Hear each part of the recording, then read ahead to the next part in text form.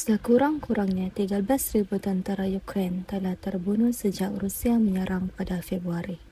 Menurut penasihat Presiden Kiev, Mikhailo Podolyak, nilai tersebut berada jauh di bawah anggaran korban Ukraine oleh pihak Barat. Pada titik tertentu di dalam perang ini, Ukraine berkata bahawa antara 100 dan 200 tenteranya mati setiap hari di medan perang, menjadikan anggaran Podolyak kelihatan konservatif.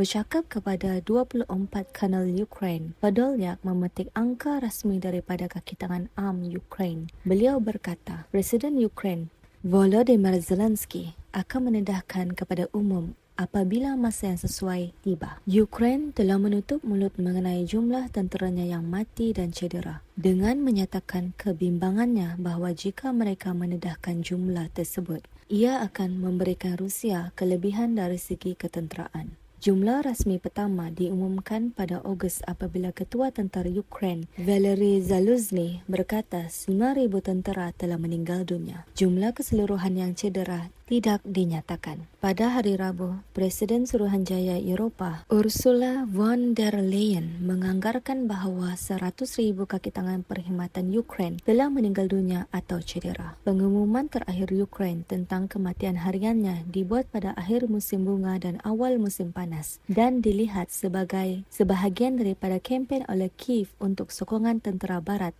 sebagai tambahan bagi menghalang kemajuan Rusia. Menteri Pertahanan Rusia Sergei Shoigu mendakwa pada September bahawa Rusia telah kehilangan sebanyak 5,937 tentera di Ukraine, jumlah yang jauh di bawah anggaran pihak Barat. Amerika Syarikat telah meletakkan jumlah kematian tentera Rusia sebanyak 100,000 yang terbunuh atau cedera sejak Februari. Ukraine mendakwa ia telah membunuh lebih banyak dengan jumlah kematian tentera Rusia sebanyak 90,090 tentera sehingga Jumaat. Setiap hari, kaki tangan AM Kiev mengemas kini pengiraan dan penerbitannya di halaman Facebooknya. Dengan jumlah yang terbunuh pada hari itu diserlahkan di satu pihak. Laporan terbaru dalam media bebas Rusia menunjukkan bahawa jumlah kematian harian Rusia mungkin meningkat sejak Moskow mula menggunakan tentera yang baru dan kurang kelengkapan penuh di barisan hadapan. Mereka yang terselamat dalam satu pertempuran di Donbas di Ukraine pada November mendakwa bahawa seramai 300 orang telah mati dalam satu hari. Ukraine berkata pada hari Jumaat beberapa kedutaan dan konsulat Eropanya telah menerima bungkusan berdarah yang mengandungi mata haiwan selepas beberapa siri bom surat dihantar ke alamat di Sepanyol termasuk kedutaan Ukraine di Madrid. Bom surat merupakan bom kecil yang menyamar sebagai surat atau bungkusan dan dihantar kepada seseorang melalui pos. Ia direka untuk meletup apabila ia dibuka. Bungkusan itu direndam dalam cecair dengan warna dan bau yang tersendiri. Dihantar ke kedutaan di Spanyol, Hungary, Belanda, Poland dan Itali ke konsulat AM di Naples dan Kharkov dan beberapa konsulat lagi menurut Kementerian Luar. Menurut mereka, kami sedang mengkaji maksud mesej ini, kata Oleg Nikolenko yang merupakan jurucakap Kementerian Luar dalam satu kenyataan di Facebook. Dari segi diplomatik, Presiden Amerika Syarikat Joe Biden berkata pada hari Khamis beliau akan bercakap dengan Presiden Rusia Vladimir Putin mengenai konflik itu hanya jika beliau dapat melihat petunjuk bahawa Rusia bersedia untuk keluar dari Ukraine. Ada satu cara untuk perang ini berakhir.